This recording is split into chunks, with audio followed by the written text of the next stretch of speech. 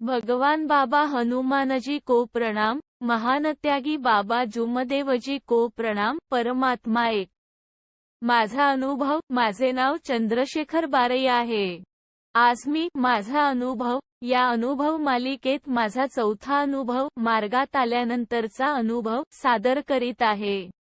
महान त्यागी बाबा जुमदेवजी यांनी निराकार दैवी शक्ती प्राप्त केली व शब्दावर भगवंत उभा केला. पण आपण सेवक शब्दाचा वापर योग्यरित्या करीत नाही व आपल्याबरोबर अनेकांना सुद्धा दुःखास पात्र करतो. असाच काही अनुभव माझ्या सोबत घडला, तो मी आपल्या समोर सादर करीत आहे. आमच्याकडे 4 वर्षांपूर्वी एक पोलीस कर्मचारी भाड्याने रूमवर राहायला आले, पण त्या अगोदर त्यांना आम्ही काही अटी सांगितल्या व त्यामध्ये आम्हाला दारू पिऊन आलेले चालणार नाही हे स्पष्ट सांगितले होते. पण ते दारू पिऊन येतात हे आम्हाला खूप उशिरा, म्हणजे जवळपास 3 वर्षांनंतर कळले.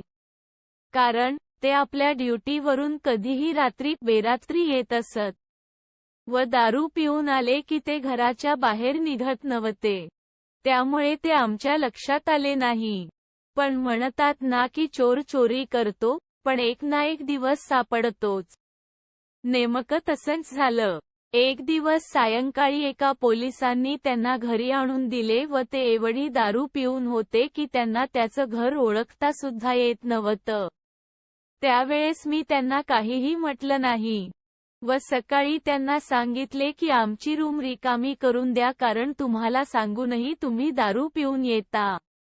तर ते म्हणाले की ठीक आहे, आम्हाला काही दिवसांचा अवधी द्या, पुढल्या महिन्यात रूम रिकामी करतो. असे म्हटल्यावर ते 8 दिवसांनी आपल्या गावाला गेले. तर ते 20 ते 25 दिवस आलेच नाही व या काळात त्यांचा पुतण्या त्यांच्या घरी राहत होता. ते आल्यानंतर विचारले असता म्हणाले की अजूनपर्यंत रूम मिळाली नाही, शोध सुरू आहे. तर मी त्यांना सांगितले की तुम्ही काहीही करा, पण मला या महिन्यात रूम रिकामी करून पाहिजे. ते गावाला गेले होते त्यावेळेस त्यांचं इलेक्ट्रिक बिल 4500 रुपये आलं होतं. त्यांनी रूम बदलवली. गेले तेव्हा हिशोब पण नाही केला व इलेक्ट्रिक बिल पण दिलं नाही. दुसऱ्या दिवशी मी त्यांना बोलवून सांगितले तर ते म्हणाले की आम्ही किरायाचे पैसे देतो पण इलेक्ट्रिक बिल देणार नाही. आम्ही हजर नसताना आमचं एवढं बिल कसं आलं? म्हणजेच तुम्ही आमच्या मीटरवर आपल्या घरची लाईन चालवली आहे. आम्ही अर्धा बिल देतो, तुम्ही अर्धा द्या, असे ते म्हणाले. यावर मी त्यांना म्हटलं की तुम्ही आमच्यावर खोटा आरोप लावत आहे. आम्ही तसं काहीही केलं नाही. मग आम्ही पैसे कशाला देणार? तुम्ही गावाला गेले तेव्हा तुमचा पुतण्या राहत होता, त्यांनी वापरलं. मग आम्ही पैसे कशाचे देणार? जर तुम्हाला पैसे द्यायचे असेल तर पूर्ण द्या, नाहीतर नका देऊ. तर त्यांनी पैसे नाही दिले म्हणून माझ्या तोंडून सहज निघाले की जा, माझे पैसे तुला फळणार नाही, फुटू फुटू निघतील. असे वाक्य मी बोललो व मी ते बिल पूर्ण भरलं व हा विषय इथेच संपला. 8-10 दिवसांनंतर मला त्याच्या मानेवर पट्टी केलेली दिसली, तर मी दुसऱ्या माणसाला सहज विचारले की काय झाले? तर तो माणूस म्हणाला की त्यांच्या मानेवर गाठ आली व त्याचे ऑपरेशन केले व 10,000 रुपये खर्च झाले. पुन्हा ते मला 10-15 दिवस गळ्याला पट्टी बांधून फिरताना दिसले. तर मी पुन्हा विचारले की ऑपरेशन झाले तरी अजून दुरुस्त झाले नाही काय? तर ते म्हणाले की नाही, अजून नाही दुरुस्त झाले.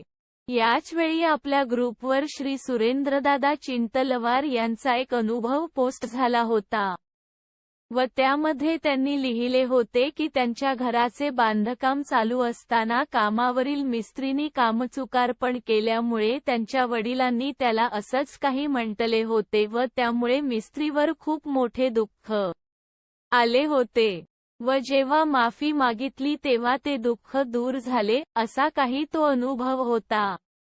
मी जेव्हा हा अनुभव पूर्ण वाचला तेव्हा मला पण एकदम आठवले की आपण पण असेच काही बोललो व त्यामुळे कदाचित त्यांना ती गाठ आली असणार व आता ऑपरेशन होऊनही ती दुरुस्त होत नाही. असे मला वाटू लागले. माझ्या मनात ही शंका येताच मी सर्वप्रथम भगवंताला माफी मागितली व चर्चा बैठकीत पूर्ण हकीकत सांगून पण माफी मागितली. तर बघा सेवकांनो, 3-4 दिवसानंतर त्यांच्या गळ्यात पट्टी दिसली नाही. विचारले असता कळले की ती गाठ पूर्ण दुरुस्त झाली आहे. म्हणजेच शब्द सुटता बरोबर ती दुरुस्त झाली व त्यांचे दुःख दूर झाले. लिहिण्यात काही चूक भूल झाली असेल तर भगवान बाबा हनुमानजी व महानत्यागी बाबा जुमदेवजी यांना क्षमा मागतो. नमस्कारजी. सेवक चंद्रशेखर गुणवंतराव बारई. पत्ता मु. वेलतूर ता. कुही जी.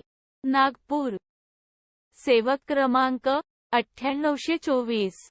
मार्गदर्शक श्री रमेशजी कळंबे.